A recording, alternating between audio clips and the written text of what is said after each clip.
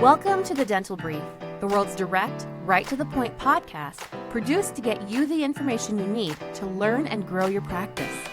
To learn more about our guests and find links to information discussed on our show, visit our website, dentalbrief.com. On to today's episode. Hello, everyone. Welcome to another episode of the Dental Brief. I am just on cloud nine. We have a terrific dentist with us today in the program. I'm always excited when we have doctors on the show, sharing with other doctors. Dr. Skoulas, I said that right? Skoulas, yes. Skoulas. I keep messing this up, and I'm so sorry. Dr. Skoulas, say hello and welcome to the program. Hi, thank you for having me. I'm taking the Skoulas here. Yeah, I'm thrilled. Thank you for taking the time out of your busy day. I know you run a very busy practice in the San Francisco Bay Area. And so, again, thank you for being here. I'm going to jump right into the program. I know you've got a lot of accomplishments and you're pretty busy and out there in the community. Why don't you just kind of start and tell me what made you get into dentistry? Why'd you decide to become a dentist? Yeah, so I decided pretty early on I wanted to do something in healthcare. Definitely went into college with that in mind. I explored a variety of different options while in college, including, going to med school, biotechnology. At the time, I didn't really think I'd want to work in a hospital. I didn't want the late night hours and overnight shifts. And then biotechnology, I really didn't care that much about research at the time either, although that's changed as well. So dental school kind of was appealing to me in terms of having a small business aspect and making your own hours. So I ended up starting to shadow people that I knew from home back in Cupertino, where I grew up, and went to the University of Pacific School of Dentistry, did a shadow day there, and got really excited about it. So went down the dental school route. I also had a cousin that was a dentist prior and really always looked up to her. I remember writing a speech about her when I was a kid in junior high. So I think that also played a role. Yeah. So tell us a little bit about your practice. So I know you did a startup to begin with. Kind of tell us what that was like and then kind of where you're at now in your practice. So I thought about how I wanted to develop my practice probably 5 years after I was associating. My path was after dental school. I was 25 and I decided I didn't really want to stay in San Francisco at that point, decided to move back to LA for a while and was living in LA for 5 years. I had a job associating at that time. I was working in the corporate atmosphere for a while and in a variety of different private practices through the course of those 5 years. I also was teaching at UCLA for a day a week. So the mixture was really amazing to me in that I got to kind of, develop my hand skills, being a fast-paced atmosphere in the corporate atmosphere. But at the same time, I was in an atmosphere at UCLA where I had a lot of mentorship and people that could guide me in terms of clinical questions that I may have, or just kind of maintain that educational mindset while also working in the corporate atmosphere. I also ended up getting my MBA while I was down in LA. So once I completed that, I felt very ready to start my own practice. Moved back up to San Francisco, decided, hey, I really want to do the startup route. And at the time, at the same time, looked into leasing space and decided that the best way to start up would be minimally, and decided to rent 2 chairs in someone else's dental office. It was really amazing looking dental office in the financial district of San Francisco. Really looked like an art studio in Brooklyn with brick walls more than anything. So just really great place to kind of start up and build my practice within. I did that for 3 to 4 years. I ended up building my practice to about 1,200 patients and was really excited and happy about that. And then I got to another place where I was thinking, where am I going to go from here? Do I want to lease my own place and build up and create like a startup and kind of invest in structuring it that way? Or do I want to buy a practice and move into it? And what I really decided was I really wanted to be doing more of the type of dentistry that I really, really enjoyed, which was cosmetic dentistry and more full mouth cases, things that were more challenging. So I started tailoring my my professional career more in that direction. I'd started down the COIS route and continuing education courses. I had already done a lot of spear workshops in the past as well. Joined the AACD and started taking a lot of clear aligner CE. Through all of this, I ended up finding a prosthodontic practice, which was really awesome. She was practicing about 3 days a week, spending, a half day on one patient, really taking the time to provide quality care. And I really wanted to be practicing that way. So I bought her practice and merged my PPO practice, which was very busy, into hers. And that ended up being great. And that's currently where I'm at. I've been there for about 3 years or so, and we're continuing to build. That's awesome and fantastic story, fantastic journey. Let me ask you a quick question. You have, you obviously worked hard, you got your MBA, and you've kind of done the startup and you've kind of done the purchase, right? So you've got a taste for both of those. And obviously every single situation is different, but if you had to pick one or the other, if you did it all over again, what do you think is easier, startup or buying an existing practice? Honestly, for me, I think starting up was the route that I liked the most. The reason for that is that you get to create everything. I'm a pretty creative person. I really enjoy implementing different systems and creating kind of protocols for my team and making sure that everything is done properly from day one. And that way, kind of that you've created everything, and you can go back and look at your own protocols, make sure everything is being followed the way you want. In buying a practice, a practice that's been there for 30 years or so, yes, you do get the patient base, which is nice, so that you have revenue right off the bat. But at the same time, there's so much stuff in that practice. It took us like at least a year to go through and decide what we wanted to keep, what we wanted to toss.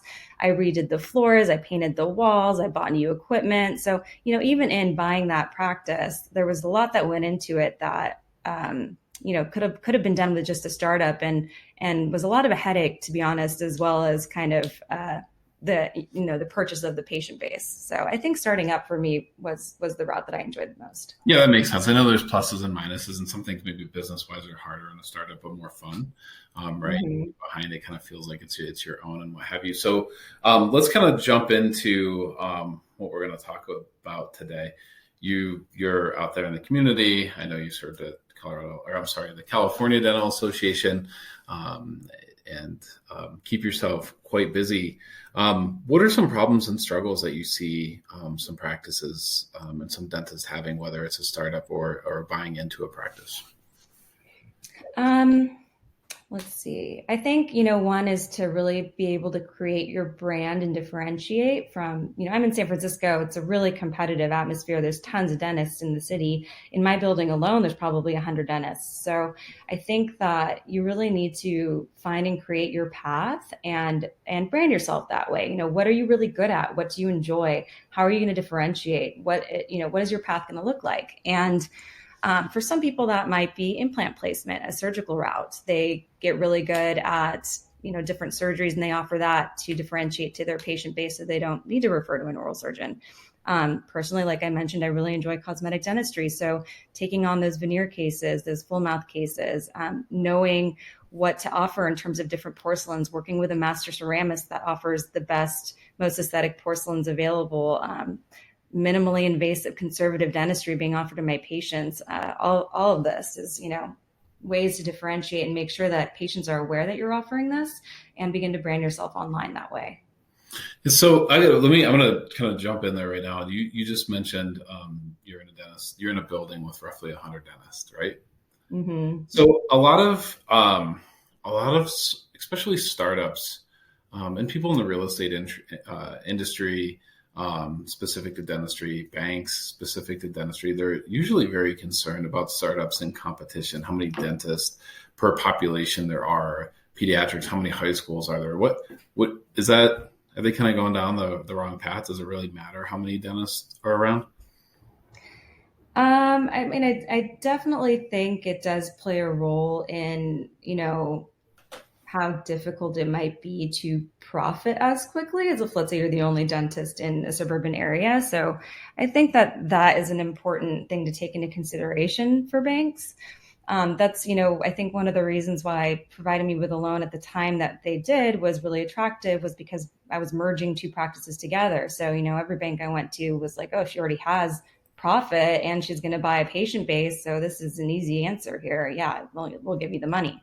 I think that's definitely something they take into consideration. I also think, dentistry's changed a lot through the years in terms of the number of corporate offices that are available, or, people that are buying a lot of practices and creating a corporate entity for them, and then, having them save on supplies or a management system so that they're decreasing their overhead and increasing their profit that way. So I think that they are and dentists are kind of keeping this all in mind moving forward. I think that the private practice solo practitioner in certain areas can be a little bit more challenging. So let's shift into this topic a little bit. And I know we don't have a lot of time, but let's talk about building relationships with other specialists. You bought into a pros office, right? So this is something you certainly have experience with. What suggestions do you have for someone that goes, hey, I'm just not really good at networking, really not that good at building relationships and meeting people. And there's a lot of introverts, as you know, in dentistry, and that stuff's kind of painful and hard to them. What do you say to those people? What advice do you have for them? That's a good question. I definitely think relationship building is a really important part of our profession, whether that's with specialists or with our patients themselves. I think finding the things that really interest you, what do you enjoy doing on a daily basis in terms of getting out into your patient base and serving your patients and getting involved in your neighborhood. And particularly, and with specialists as well, you want to be able to grow friendships, get in touch with those people from dental school you were friends with that went down the specialist route, meet them for lunch, have a coffee, and continue to develop the relationship that way.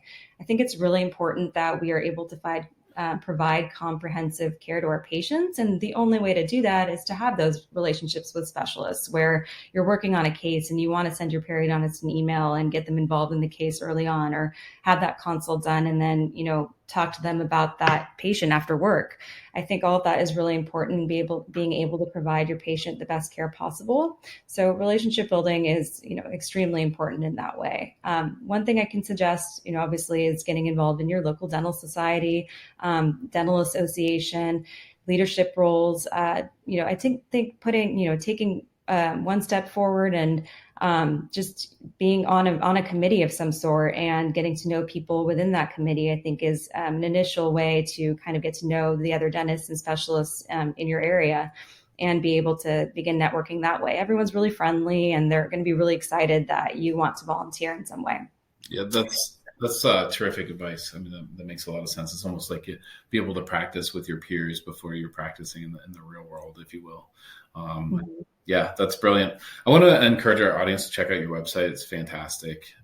Done a really good job there.